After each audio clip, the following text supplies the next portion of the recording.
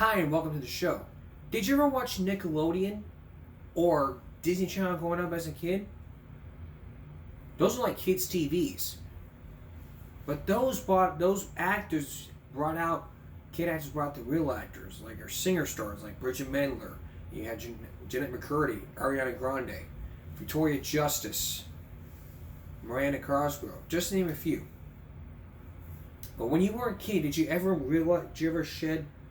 Did you ever see the dark side of kids' TV? As you're about to see from these former child stars, there's a dark side that's worth shining a light on.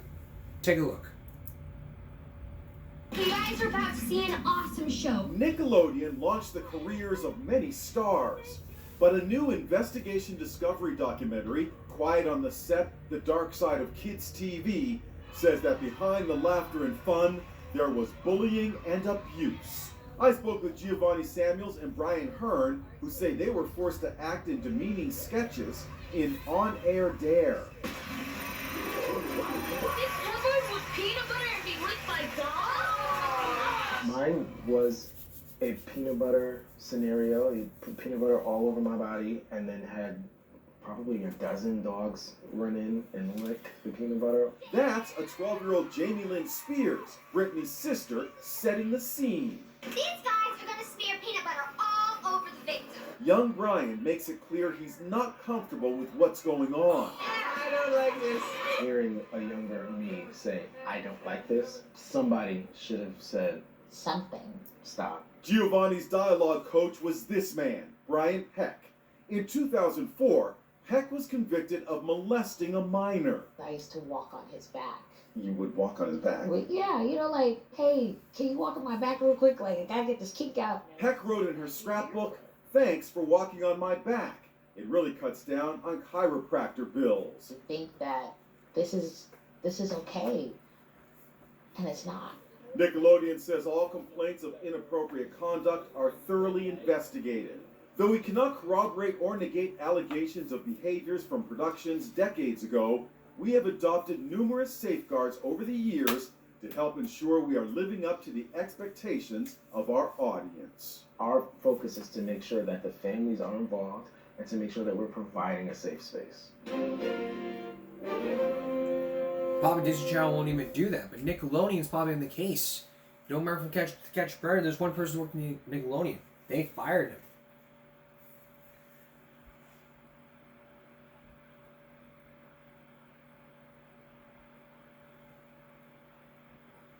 But for more information about this, you can look up Quiet on the Set.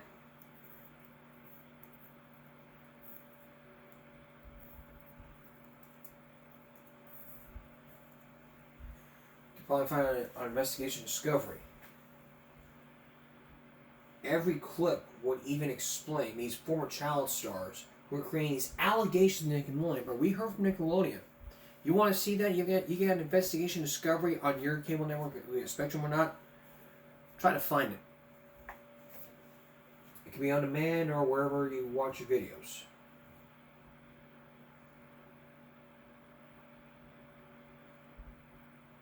But it's gonna air today. It's gonna be air coming up tomorrow. So it's gonna air. It's gonna air on Sunday. So you better understand. So if you love Nickelodeon, so I got nothing else to say here. So if you like Nickelodeon, okay.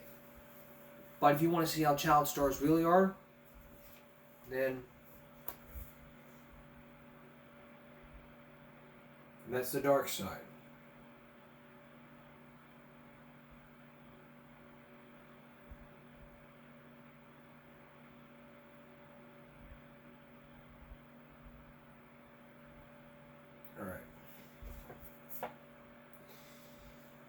Let's basically raise some common sense here.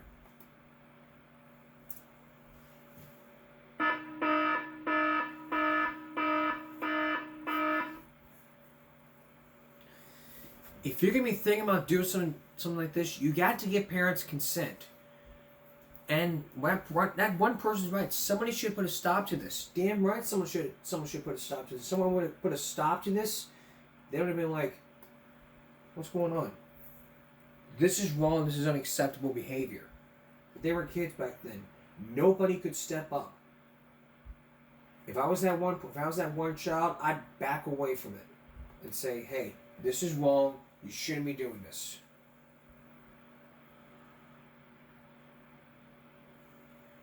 You should never be doing this, something like this. I mean, child actors are basically hearing stories about being bullied, so I really hope that the new documentary could really shed some light on what's going on with all these kids and all these kids, these actors, these actresses that are going through all this. And only 2 people making these allegations. And I really hope that all these kids that are going to be on that documentary can really come forward and say, yes, this has happened to me. Yes, this happened to me. And this and that and the other. So, we'll let you know what goes on. And if I watch the documentary, I'll talk to you about it. If not, I'll let you know. I swear I'll do. If you ever thought about giving your key to the kids in the car for the very first time, don't you do it until you see this next story. Hidden cameras are being put in place, and you're gonna be put in the driver's seat with some teens who may be sleepy or drunk. Will the kids make the right decisions? My kid would never do that when we return. Stay with us. Yesterday we did part 1 of our driving special where we looked at Drive Me Crazy videos from First Coast Katie Jeffries from Florida. We looked into some things like using a blinker. We looked into some things about lane merging, road rage. But before we get into Natalie Morale, before we get into that Mike would never do that part, we're gonna hear more from Rob. Basically, a small portion about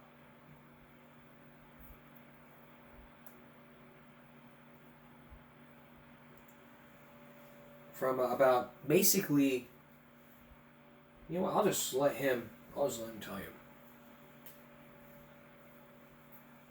Woman and you're guilty. Basically, it's all about women putting on makeup. In your car, you really just gotta admit it to yourself and say, I really should do it at home. And if you don't have time, too fucking bad. It's not gonna save time. Like, I'll just do my makeup in the car and save time. How long's the drive? What are you gonna put your fucking makeup on for half an hour? It's drivers like you who ruin it for everyone else. Put your fucking makeup on before you leave the house.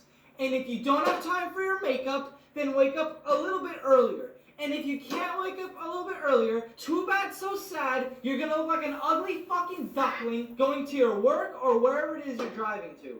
And the people who text, like, you can always tell they're texting while driving because they're just stuck at a light, they're not moving, something's up. Oh, and these drivers, this is a good one. When you want to turn into a main street, you know, or you're waiting to make a left or a right-hand turn, and you're just waiting. You see them coming, so you're like, oh, I'll just, wait for him because he's going to be passing by. Then they slow down, and you're thinking, should I go? Is he going to speed up, because that happens too.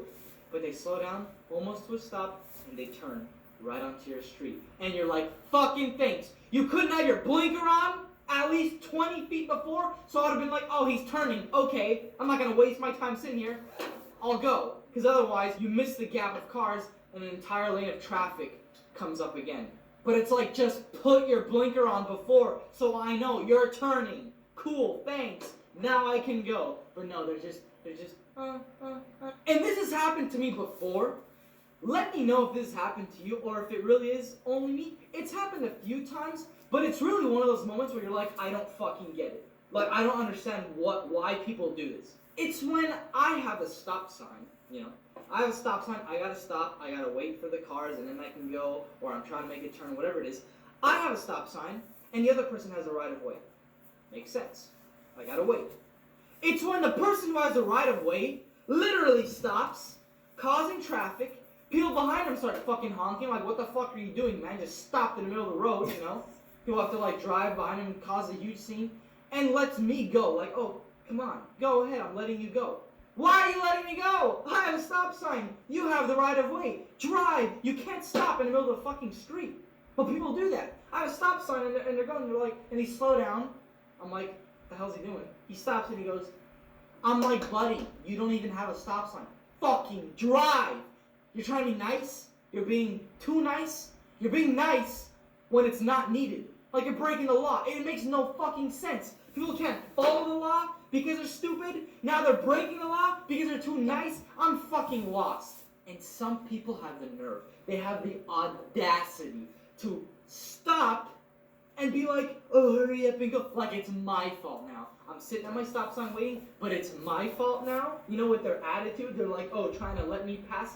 What the hell's wrong with people? Did they get their license from a Kellogg's Fruit Loops box? Did they go to Victoria's Secret and had like one of those 3 panties on sale for 35% off promotions, and with that you get a free driver's license? Is there some sort of promotion I really don't know about? Or do they actually go to the DMV and take their driver's license test? Because if they do they suck off their instructor too? Or do instructors these days just feel sorry for teens, you know? Because this generation of teens are just, oh, I'm so offended, I'm so hurt, and then I cry about every fucking little thing. That they fail the test, but their driving instructor is like, you know, you made a few mistakes, but I'll give you a pass. And the test is a fucking joke. If you've taken it, you know. If you're going to take it, it's a fucking joke. It's literally like, make a left here, okay, you know, blinker. Pull up here, okay. Driving 25 miles per hour in the little residential area. Okay, and pull up and park here. Good job, Timmy. You're street legal. You're good. And driving overall is easy. It's so fucking easy. It's structured. It's limited. Yet it's one of the leading causes of death. Yeah, a lot of that is DUI, but still. What I'm saying is people are stupid. Last but not least, it's the fucking parking lots.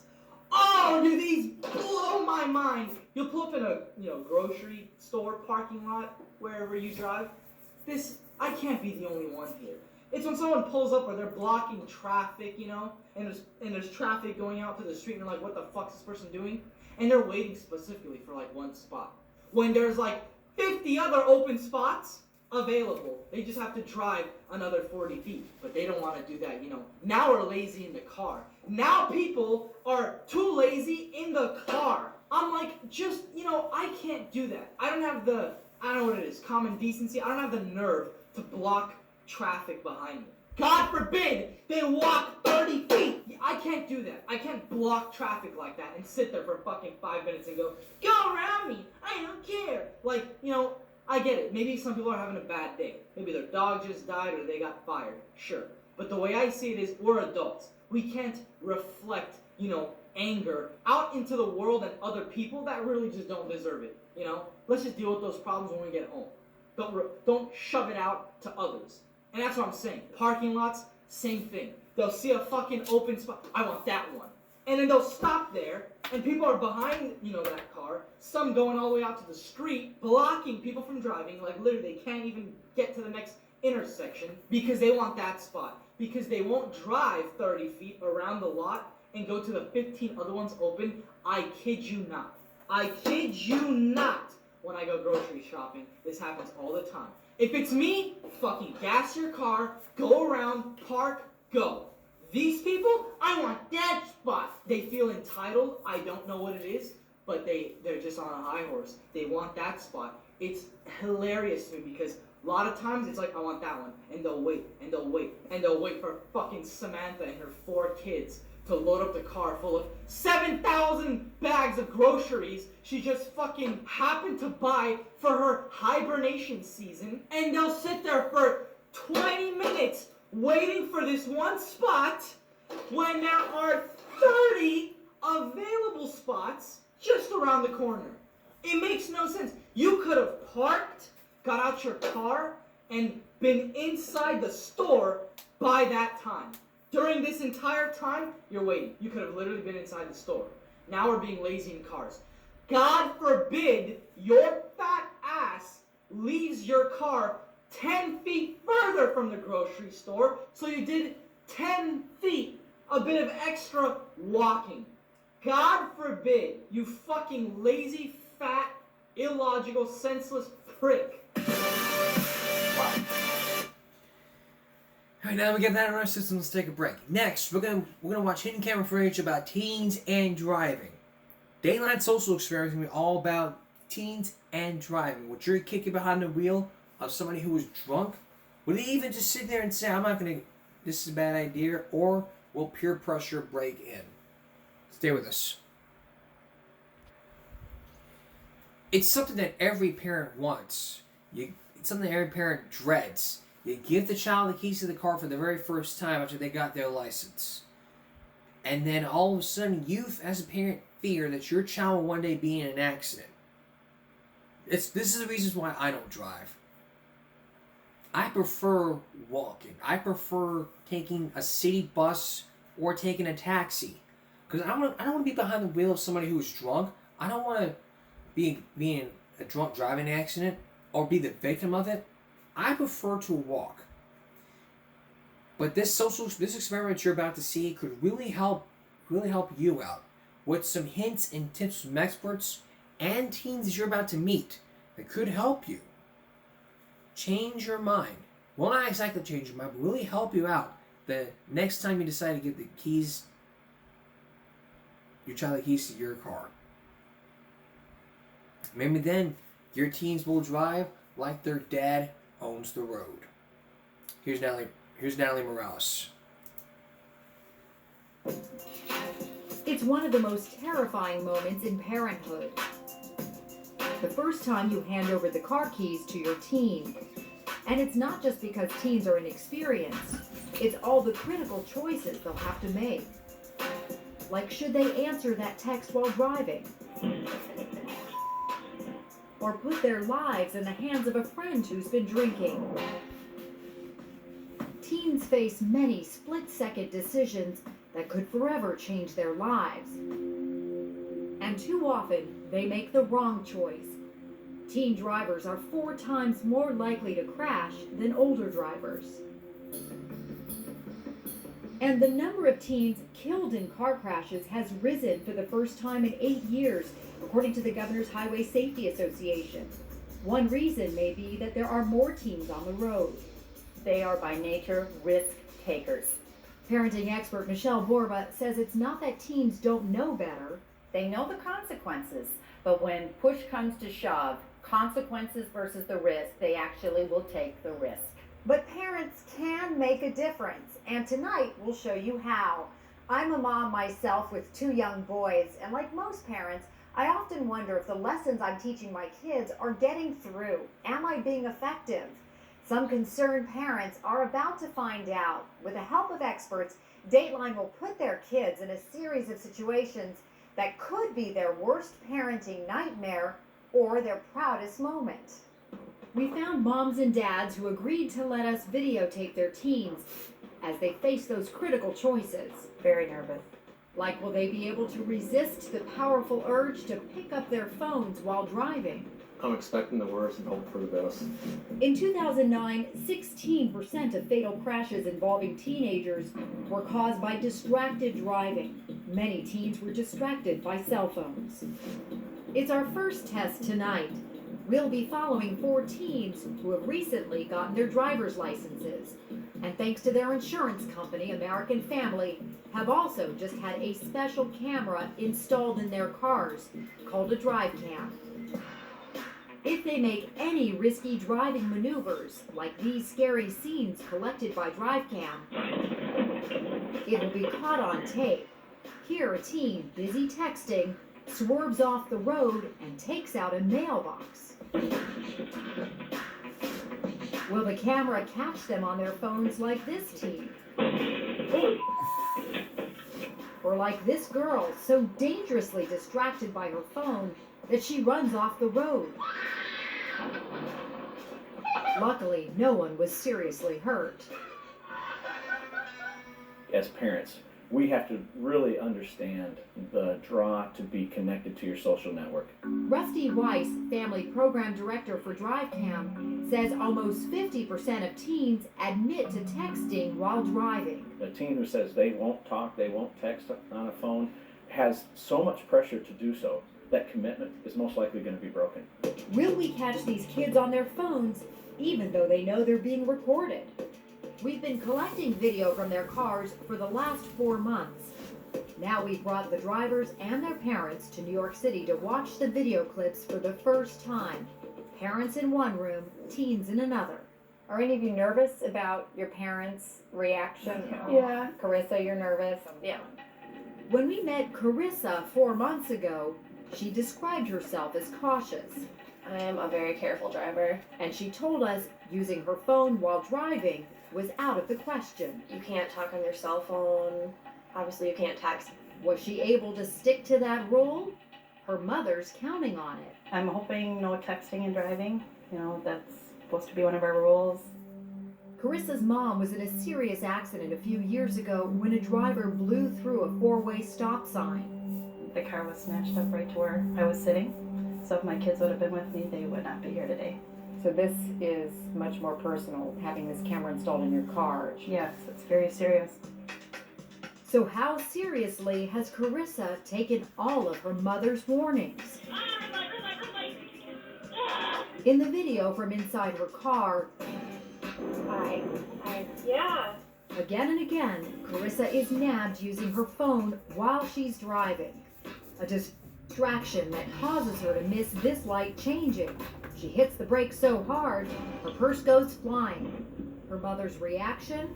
You know, just one bad decision and she could kill somebody, kill herself. Now it's Katie's turn. She also told us she wouldn't use her phone behind the wheel. I've driven with a couple of my friends, and a lot of them do text and drive or answer their phone or play with their iPods, but I don't plan on testing it out. But her mom's not so sure Katie's been able to stick to that. You know, she's going to make mistakes. She's 16. I hope she just learns from them. Several times Katie's caught taking corners too fast while she's snacking at the wheel. I eat all the time. And singing also causes her trouble. Singing isn't bad. This was bad. This was bad. This was bad. Here she blows right through a stop sign. I don't blow through a stop. Oh.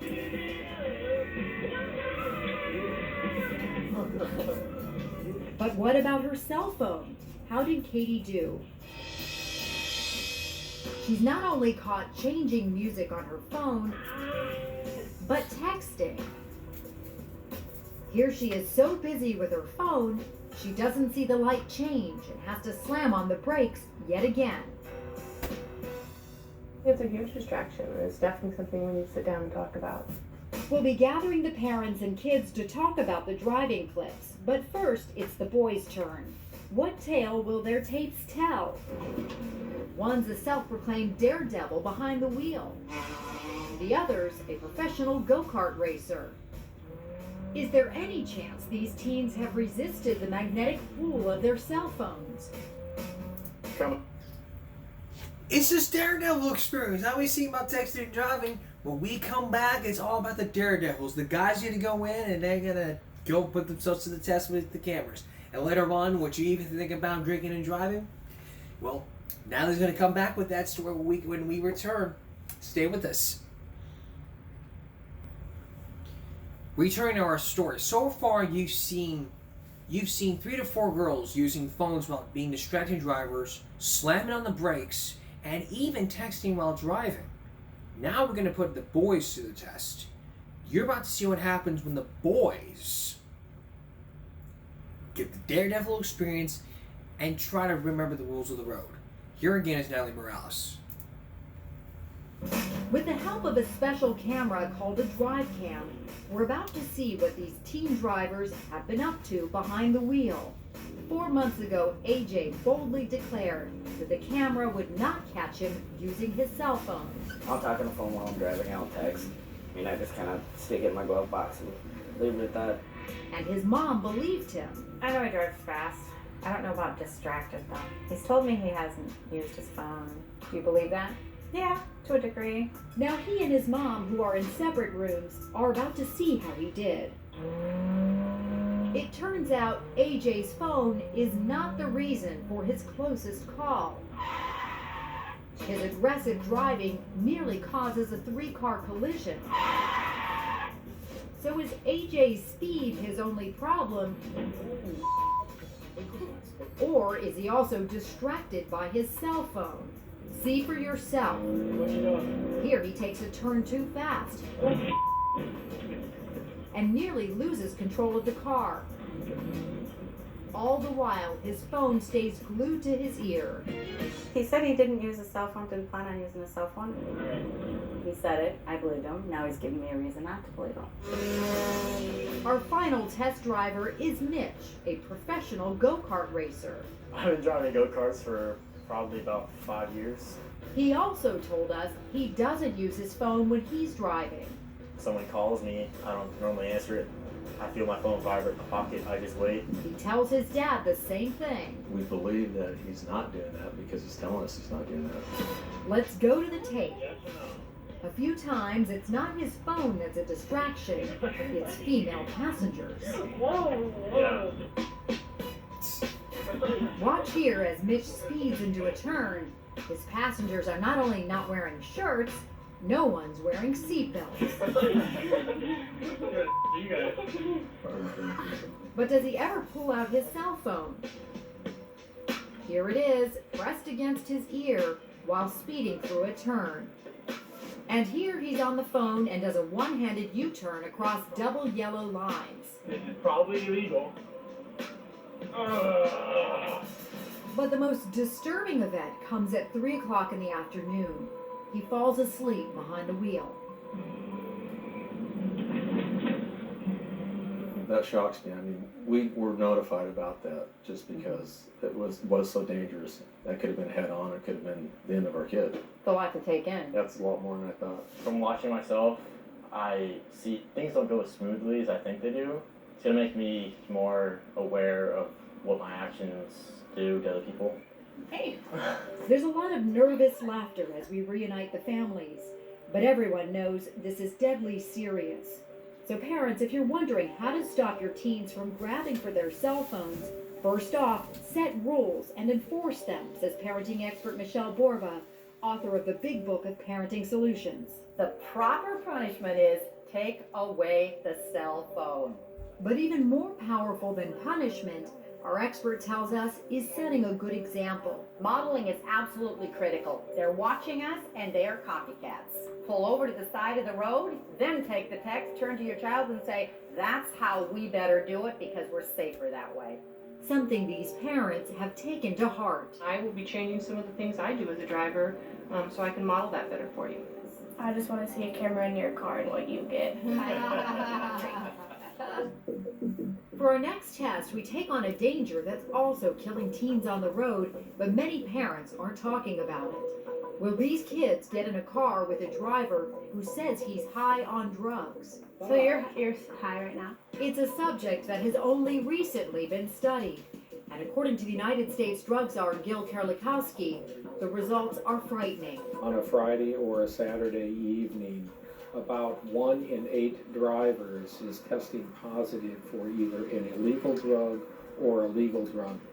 And Kerlikowske says drivers, especially teen drivers, don't realize how drugs can seriously impair their skills at the wheel. That lack of understanding the risk and the potential harm is very dangerous. These parents say they are aware of the dangers and know how common drug use is for teens, especially smoking pot. So they're curious to see how their daughters will do today. Hi, my name is Sydney. Hi, my name is Sarah. What will these girls do when they're asked to get in a car with someone they think has been smoking pot? Of course I'm gonna smoke. Come on. We've invited these teens to a school cafeteria that's been rigged with hidden cameras. They don't know the other 2 kids are actors. Hunter, who is pretending to be high, and Brenny, who is making sure the real kids believe him. You're high right now? Yeah, it's almost like 5 minutes ago. Okay, let's continue.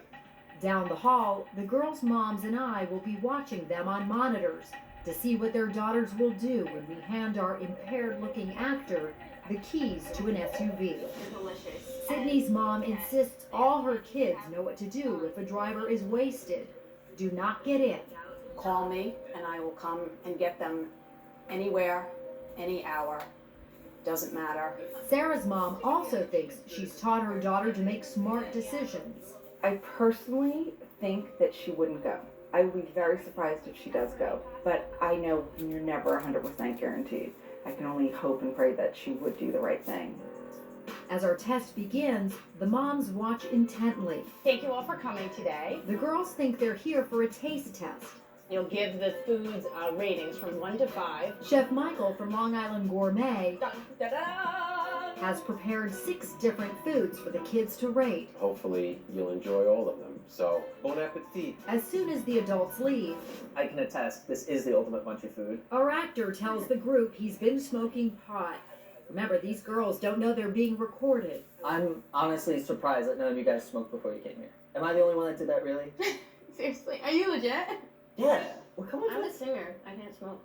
Hunter has said clearly, I was smoking pot. He made it very clear. Made it very clear. He said he was high. Now our producer comes in We're going to Chef Michael's restaurant. and tells them they're going to meet up with their parents for more taste testing. I need one of you to drive our production van and your Hunter. Since our actor says he knows how to get to the restaurant, Yeah.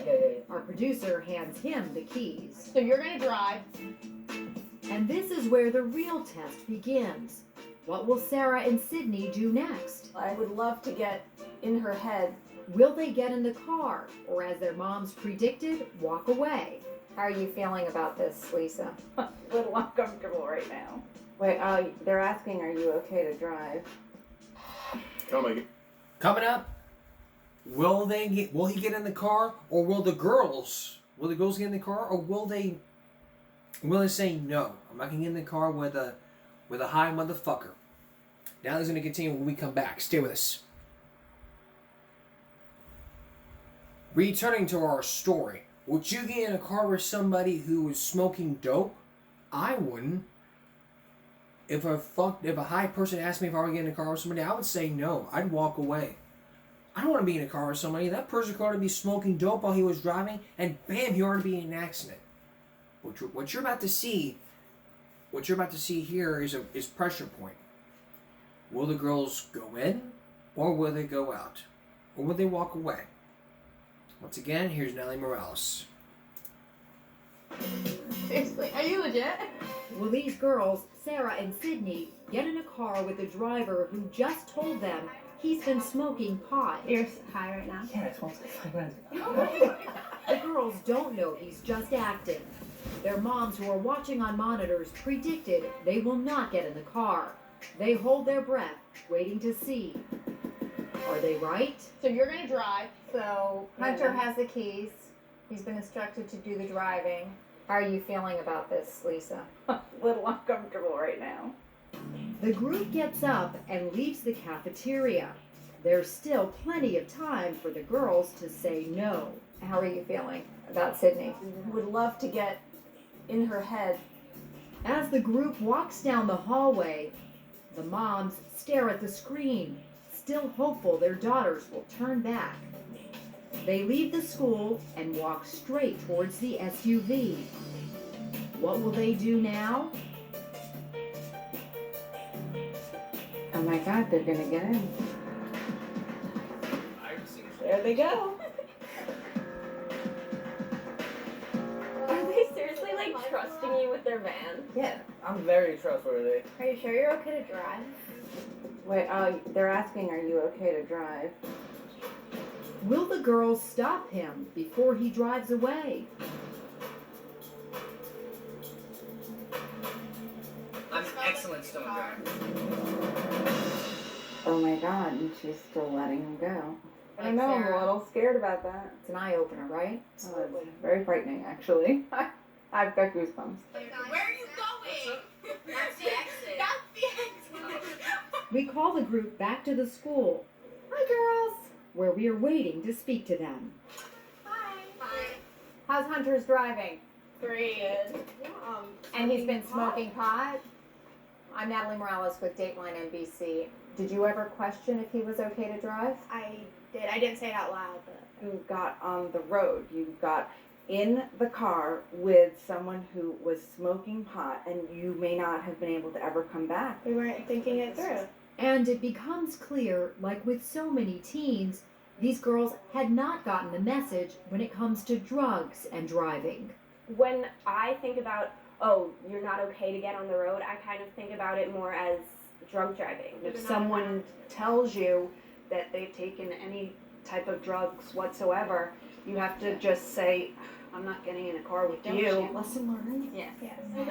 Turns out, just like these girls, more than 30% of teens don't realize that smoking pot impairs driving skills. So parents need to step in and educate their kids, says parenting expert Michelle Borba.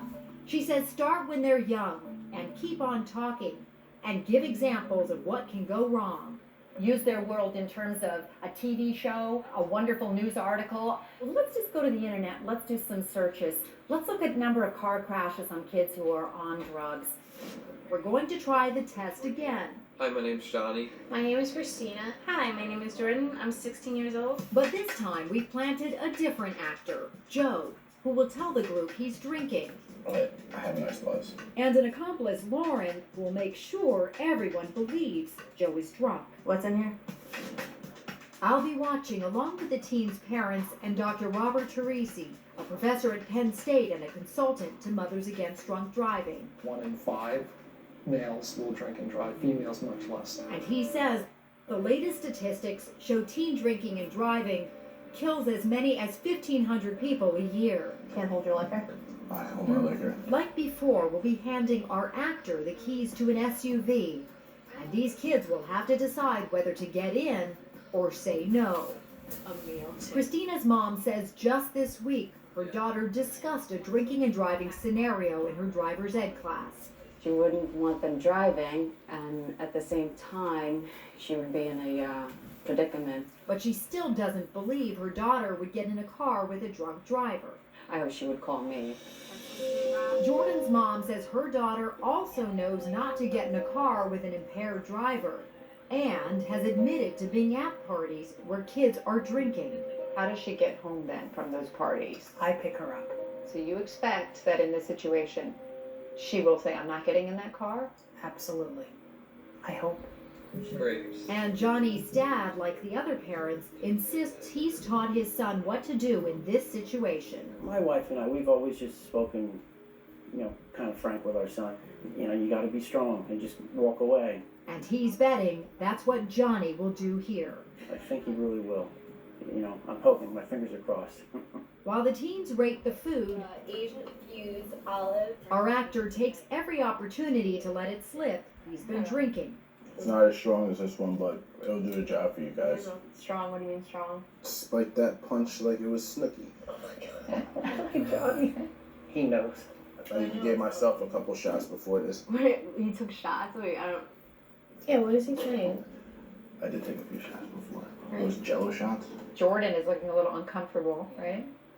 Look at her face. She's picking it up. You're drunk, actually. Not yet. But I have a nice buzz. Okay. These teens clearly think our actor has been drinking. Are you done? Now it's time for our producer to give him the keys. I need one of you guys to drive our vehicle. Jordan immediately offers to drive, but our producer ignores her and turns to our actor. Do you know where the Long Island Gourmet is? Yes. You are going to drive. Okay, interesting. They're all laughing. She's looking at him. I know she knows. Oh my goodness. Wait, Christina and Jordan start to protest. I don't want to get in a car with him. Yeah, I don't think he should be driving, so... But will they continue to follow their instincts or follow the crowd? Oh boy. Oh my God. Coming up, when we come back, you are going to see firsthand, will peer pressure give in or will he start driving? Stay with us. Back to our story. Would you get in a car with a drunk driver? I would not. I'd walk away from it. As you just saw, our actor, the actor from this experiment, pretended he was drunk. While the other girls say, I'm not going to get in the car with him. But will they keep protesting or won't they? Here's Nellie Morales. These three teens are facing a critical decision, one many kids are forced to make. Will Johnny, Jordan, and Christina get in a car with a driver who they think is drunk? Drunk, like, actually. Not yet. Their parents, who have all predicted their kids won't get in the car, stare at the monitors. They all get up, but Christina and Jordan are reluctant to go. I don't want to get in a car with him. Yeah, I don't think you should be driving, so. As they head towards the door, Christina even asks our producer if Joe has to drive. He has to drive? We'll be right behind you. While Jordan makes an appeal to the group. I don't think he should be driving, guys. You hear her? This gives their parents hope that their kids just might stop before it's too late. We'll be fine. Just trust me. If you were sober, I wouldn't trust you driving. What? No offense. Despite her protests, Jordan and the other teens keep heading towards the car. With hearts racing, their parents wait to see what will happen next.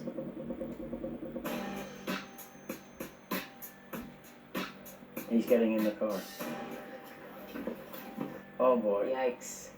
To make you feel better? She got in the passenger seat, which is even worse. Just stunned. I did not expect that. I'm disappointed. I'm shaking. Jordan is obviously worried. You're okay? Driving? And yet she slips off the shoulder strap. Another dangerous move. You said you had buzz. Are you serious? You should have seen me at junior prom. They know he shouldn't be driving, but will they let him?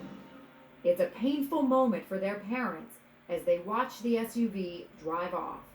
Then Jordan admits with a smile she knows what she's doing is wrong. I'm not supposed to have to get in a car. We tell the group to come back to the school where their parents are waiting to greet them, and they realize they're busted. That's the girl from Dateline NBC. We weren't supposed to get in the car. Come on out. Jordan's mother tells them about the real test. This was about children getting into cars with people that had been drinking. And you know what? You didn't pass the test. Why did you get in that car? It was scary for me to watch you because in a real situation, I don't even want to imagine what could have happened. It was scary for me. John, you went in blindly. It was scary. I knew something was up. I just didn't know what to do in this situation. Disappointed. Guys, I'm Natalie. I'm here as part of the Dateline show that we're doing. I know, Jordan, you felt uncomfortable, but yet you still got in that car. Why did you do that? Because I thought it would be okay because she told him to get in the car, so I thought it was fine. Christina, did you think he was drunk? I thought he was really just kidding around, and that was really an oversight on my part. We bring in our expert, Dr. Robert Teresi, a consultant to Mothers Against Drunk Driving, to speak to the teens. It was really hard not to get in the car. We didn't really think anything Well, yeah, about it. definitely in the situation because we thought we were like on some sort of real taste test thing. We had to go somewhere. And they say they weren't really sure he was drunk. Teresi points out it's even difficult for police officers to be certain someone is intoxicated, and it's not a judgment call teens should be making. Somebody your age, they're new at driving probably, and they're also probably new at drinking. When you put those two things together, it's higher risk. More young people die in car accidents than any other way. Buddy, don't ever do that again. Well, These parents are grateful this wasn't the real thing, and hope an important lesson was learned. It's okay. It's okay. Next time. Teresi says most likely what pushed these teens to get in the car was peer pressure. One more lesson for parents to be thinking about. And I think the way that parents can address peer pressure is through having better communication skills, monitoring their kids more, being more disapproving of risky behavior such as drinking. We're going to try this again, but this time we'll plant someone in the group who will resist the peer pressure and refuse to get in the car. Will that make a difference? So you're playing the part up until the point where you have to get in the car. Yeah, the last moment. This teen, Joe, will be part of the taste testing, along with our actors and real kids. I'm Kimbia. I'm 16. My name's Josh. I'm 17. Kimbia's mom says her daughter was recently in a minor car accident. The driver had been drinking. I'm hoping that it was a lesson for her. She says her message to her daughter about drinking and driving has been crystal clear. Never get into a car when someone has been drinking. I don't believe that she would get into the car, but I'm not sure. Josh's mom describes her son as a charismatic leader who will know what to do when offered a ride by a drunk driver. We've had the conversation, a number of times. She says her son won't get in the car. And if he does, how will you feel? I already know that I would be very, very grateful that this is a controlled situation. Our actor quickly tells the group he was drinking before he got here. You should have been with me before this. Why were you doing before? You were drinking?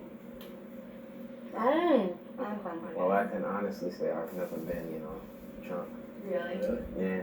Now our actor is saying he's still drinking alcohol. Remember, this is all a ruse. Oh my God! I didn't know alcohol. I thought you were drinking before that. I was. Kimbia knows pretty clearly there's vodka in there now. Yeah, now it's clear. We are going to go to the restaurant now. So what will they do when our producer picks our actor to drive? It's a black Suburban and it's parked right in front. With eyes glued to the monitor, their moms watch to see if their teens will stop before it's too late.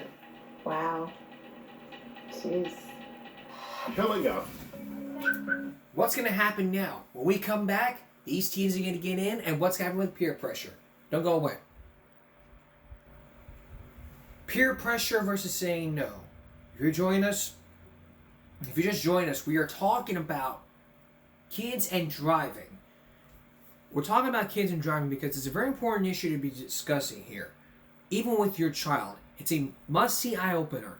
Even this video would even talk about it. So far what we've seen is just kids getting in a car with a drunk driver, even someone who's smoking pot. But now we're about to see what happens when peer pressure comes in, or just flat out everyone just gives in. Once again, here's Diane Morales. So far, we've watched teens making the wrong choice. You're okay? Driving? Getting into cars driven by someone they think is impaired. Why did you get in that car? Our testing continues, and these moms are hoping, praying that their kids will make the right choice. Okay, let's listen to see what they do. Kimbia and Josh have just been told this teen, who has been bragging about drinking, Oh my God! I didn't know alcohol. I thought you were drinking before that. will be driving them to a nearby restaurant. We're going to the Long Island Gourmet. They all get up without hesitation. Oh my God! I don't think she realizes that he's going to drive. I'm hoping. Remember, at the last minute, this boy Joe will refuse to get in the car. In the parking lot, our actor makes a beeline for the driver's seat and accidentally sets off the alarm. Our producer goes out to help them shut it off. And the parents are hopeful the alarm might be a wake-up call. Well, good. This gives them more chance to think over it a little bit. They shut off the alarm, but don't turn back. We'll give them one more chance to make the right decision. Okay, wait. Joe is going to change the equation. He tells the group he is not getting in. I'll meet you guys there. I'm gonna stay back. You're gonna meet us there? Yeah, I'll get there. Joe's given them a way out. Will anyone follow him? He walks away all alone. Wow. Jeez. If this was a different situation, my child could be driving off to her death, and I'm watching it. I really feel like crying almost. Yeah, and it's shocking. I feel deflated. I'm telling you, I would have lost my money if I could have been on it. I would have lost money. With heavy hearts, the moms go out to meet their children. Did you hear when the gentleman said that he was drinking before he got behind the wheel of the car? I thought he was joking around. You thought he was joking? Well, we were all laughing, so. The minute someone tells you that they're drinking, you should raise your self-awareness. Kimbia, Josh, let me just say right off the bat, we're with Dateline NBC, and your mothers put you in this situation because they love you. We have been given the ultimate gift today, both of our families, because this could have been a real-life situation. Joe, the teen who didn't get in the car, knows all too well what can happen in a real-life situation. Joe actually lost his best friend in a drunk driving accident. Johnny was 18 years old when he got in a car with a teen driver who was drunk. Pretty much exactly a year ago. Did the same thing you did. You know, we're in the front seat, drunk driver, and they ended up crashing, and he died instantly in the crash. Oh my God. Josh says he just wasn't paying attention to who was driving and didn't think it through. I gotta pay more mind to a lot of things because I think I'm a very naive individual sometimes. Our expert, who's written Power of Parents, a Mothers Against Drunk Driving guidebook, says moms and dads need to keep an open and continuous dialogue with their teens about drinking and driving. Parents can have a tremendous influence on their kids, much more so than they think. So far, none of our teens have made the right choice. We'll try it one more time. Hi, I'm Alex. I'm 17 years old. I'm Nicole. I'm 15. Hi, I'm Taylor. I'm 15. There's something about our final group that might make a difference. Taylor and Nicole's moms don't drink at all. There's really no alcohol in our home at all. We don't condone drinking, my husband and I. And Alex's mom does something experts recommend. We do a lot of role playing. We talk about drinking and driving, so I'm curious to see what happens. And there's one more thing about this group that could be a game changer. A tragedy in Nicole's family. Her mother's brother killed before Nicole was ever born. I lost my brother to a drunk driver. It was 1986 when her brother got in a car with a drunk driver. My brother was 22. He was just graduating college. And how much did that affect you at that time in your life? Life has never been the same, and never will be, ever. Nicole's mom says she's made it clear Nicole is never to get in a car with anyone who's been drinking. She does know that if she finds herself in a situation where maybe the designated driver is drinking, she can call me anywhere, anytime. We will come and get her with no questions asked. Still, Nicole's mom is not certain about what her daughter will do today. I hope that she doesn't go. And what does our expert think will happen? I was listening to your interview off stage, so I'm a little mixed, but statistics say that they'll probably get in the car. Well, let's hope the statistics are wrong in this case. That's what I'm hoping for. Even though these parents are doing all the right things, our expert says there's another strong factor at play here. It's something we pointed out earlier, peer pressure. Peer pressure seems to be the most likely predictor of whether a kid's going to drink and drive. Will peer pressure get the best of these kids? That's not bad. They're in the middle of taste testing while our actor Joe and his accomplice Lauren continue the ruse that Joe's been drinking. I think you're hammered. Not there yet. I still have a little bit left. Oh wait, that's what's in there? You mixed it with the vitamin water? Wow, good job. And when our actor talks about how he's going to get home, Nicole questions him. You're gonna drive after you just drank? She just asked him, "You're gonna drink?" Yeah. And Taylor gives a warning. No drinking and driving. So far, so good. The next part is the hard part, I know. whether or not she gets in the car. I need one of you guys to drive the production van. When our producer hands Joe the keys, And then the girls have an immediate reaction. Have we finally found a group of teens who will do the right thing? it's clear by your daughter's reactions that they're having to make a major decision right now. Or will they get in the car like everyone else? Oh no. And oh no is right. When we come back, is peer pressure gonna give in, or will they not get in the car? The conclusion to our story when we come back. Stay with us. You don't want to miss it. And now the conclusion to our story. You've seen what happened when a teenager drank and he's thinking about driving when the keys were handed to him. But it's a final test.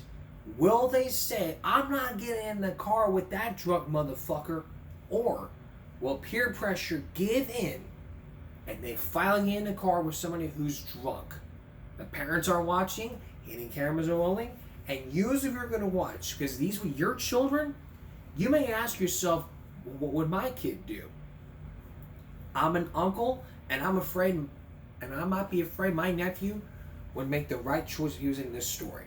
Speak of the story, here with the conclusion to our story, Natalie Morales. Is it possible to find a group of teens who will refuse a ride from a driver they think is drunk? Nicole, Alex, and Taylor have just been told they will be getting in a car that this guy is driving. I think you're hammered. Not there yet. I still have a little bit left. Oh wait, that's what's in there? Saving the vitamin water? Remember, he's an actor we hired to fool the girls into believing he's drunk. Their moms, who have made zero tolerance for alcohol a part of their parenting, watch to see if it's working. I think it's in the spot right in front, but let me just check. Hold on. As soon as the teens are left alone, the girls start to push back. Wait, are we supposed to go with you? Oh, hold on a second. First of all, you're a stranger. I don't know you. But what will they do when our producer returns? Okay, yeah, we're ready. They get up and walk out of the cafeteria. So moms, how are you feeling now? We're not happy. Their mothers can't believe what they're seeing. With everything they've been taught and Nicole losing her uncle to a drunk driver, these girls still head outside towards the car. But then a glimmer of hope. The girls are having second thoughts and come up with a possible solution. Let's walk. Yeah, where is it? Is it far? We're gonna walk. But our accomplice tries to convince the girls there's nothing to worry about. It's fine. It's so close. It doesn't matter. If you want to die. No. But Taylor and Nicole stand strong. My mom lost her brother to a car crash. She was drunk driving, so I'm not getting in the car. And my daughter just said my I don't mom know lost you. her brother. I'm not getting in the car. Bye, Joe. They head inside to talk to our producer. He had alcohol in his vitamin water. Hi, girls. That's my cue to go speak to the girls. I'm Natalie Morales, and I'm with Dateline. I tell them what's really going on. We're actually doing a report on teens and drunk driving, and you all did the right thing. How does it feel? Good. Good. Now, who was the first to really step out and say, he's drunk and I'm not? Well, I saw that he had I knew he was drinking something because he said it. And then when she said, oh, you're going to get in the car with him and go here, I'm like, no, I'm not. So. And you have a personal connection. My mom lost her brother to drunk driving accident. You really know what it means. She told me never, so. Today would have been Nicole's uncle's 47th birthday. Oh, so proud of you. You did great. Our expert, who bet they would get in the car, is happily surprised. I want to point out, you're the exception to the rule.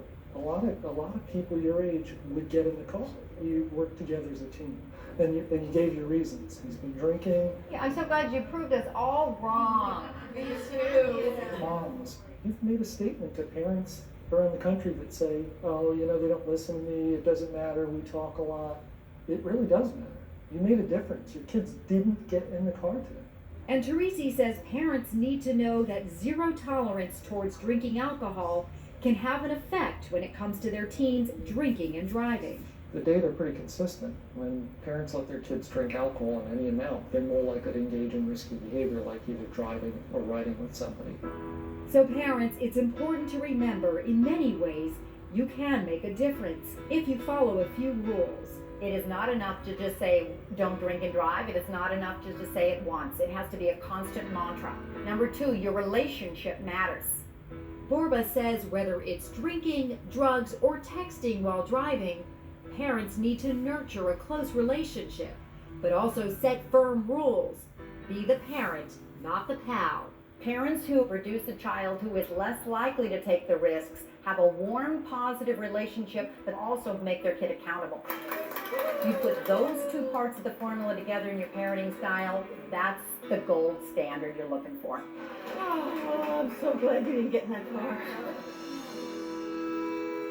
Watching that story, I could feel the angst of those parents, having survived 2 teenagers myself. You wait for that key to come in the door and know their home's safe. What did you learn during the story? That parents have to set a good, firm example themselves. They can't text and drive, they can't drink and drive, and that's because ultimately kids are looking to their parents, and if they see their parents doing that, they think it's normal behavior. We heard some great advice there about reaching out to your kids and having this conversation, but where do you get help to learn how to start that conversation? A lot of great resources, but particularly MAD, Mothers Against Drunk Driving, has a website with a lot of resources, including that parent handbook we mentioned in our report, and we'll have a link to that on our website, daylinenbc.com. Natalie, thanks. Such an important topic, and we're going to look forward to your report on kids and cheating coming up next week.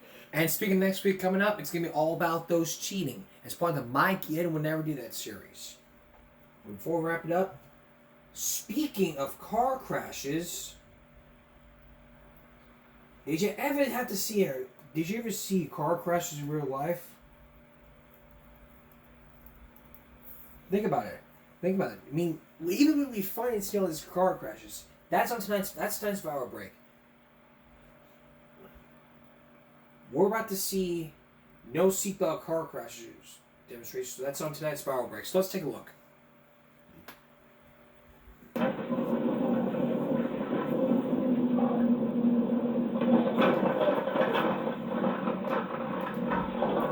These parents now wear a seatbelt.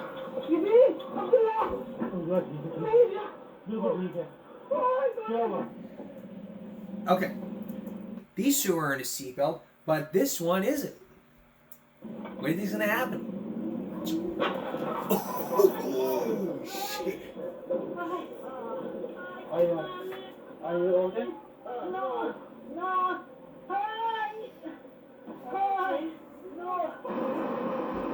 Now the driver's not wearing a seatbelt. Just cruising around.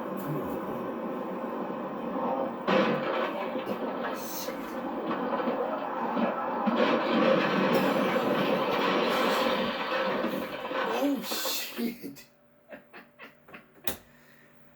Yikes. Wow. Here's common sense.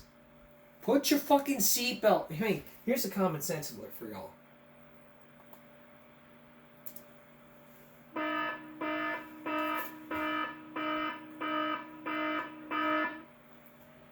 Put on your fucking seatbelt. Don't be acting like I don't want you acting like my dad. I mean, I see my dad when he drives. I mean, he just doesn't put his seatbelt on after he turns on the engine. He just drives, then he puts on his seatbelt. I don't want to be like my dad. That's why I don't drive. I prefer to walk or take the city bus or take an Uber or a Lyft. What we just saw is some very common sense that we can all learn. And even you parents out there, you need to watch this episode with a child. Because it's one day. Take some time with your child. Watch this episode. And if I had a studio audience, filled with experts. And even parents out there who could sit and tell me about their stories. If you have stories you'd like to share, put your stories in the comments below. Speaking of which, there are some comments in the video that could really talk and that could really help out. In many countries, kids drive as usually reach the steering wheel and the pedal at the same time. One person said, I was a member of MAD. Sometimes the dumbest thing ever created, 15, 16 on the drive. That's why the driver needs to be raised 18. Not 16, not 15. 18. Drive at 16, get your learner's permit at 17. 18, you get your license. That's how it is. Coming up next week, My Kid Would Never Cheat. And then also, My Kid Would Never Discriminate. That's on Monday, and that's on Wednesday. Great plans. As we're going to start off with our My Kid Would Never Do That series. Asking ourselves, would my kid do this, and would my kid do that? Looking at social experiments that could really help out. And could really raise some common sense with some questions. It's a really great series to watch back then. That's all position. Give me a break. Saturday going to Sunday. We'll see you for Give Me a Break Monday. A special one. For all of us here at YouTube, hey, give me a break. Stop bullying. Speak up. Concentration, not strength. No jaywalking. No drinking and driving. No drugs while driving. Good night, everyone.